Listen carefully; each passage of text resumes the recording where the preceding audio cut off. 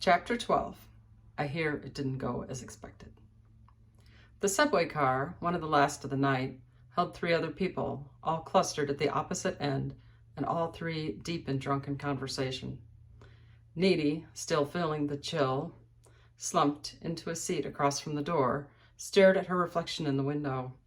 The car swayed along the tracks, lights flashing and fading as it cut across town.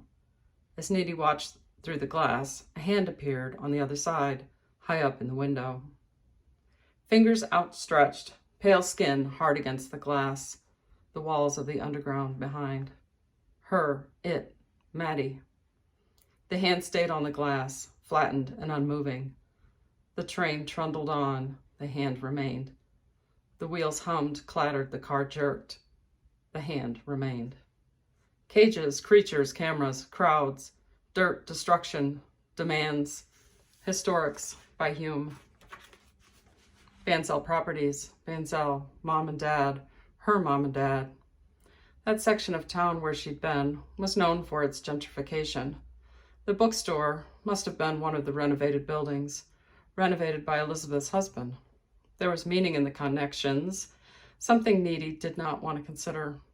Her mind chased the possibility away, yet it remained as constant as the hand on the other side of the window.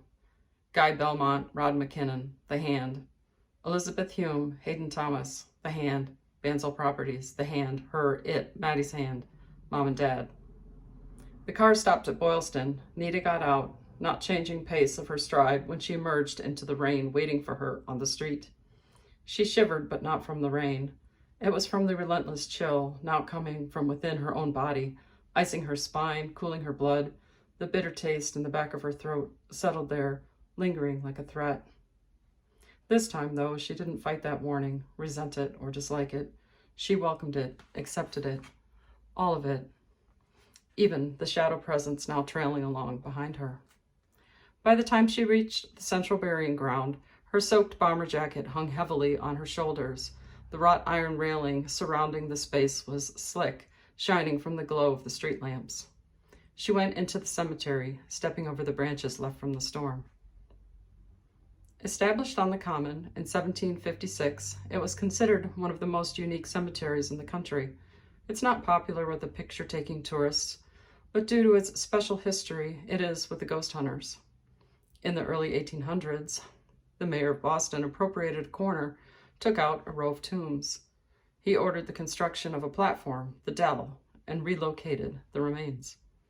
Later, toward the end of the 1800s, when the subway was being built, bodies of British soldiers who died during the occupation of the city were discovered in the area surrounding the cemetery. Bodies, unwanted and unwelcome, buried in unmarked graves. The city dumped them into a mass grave in the northwest edge of the cemetery.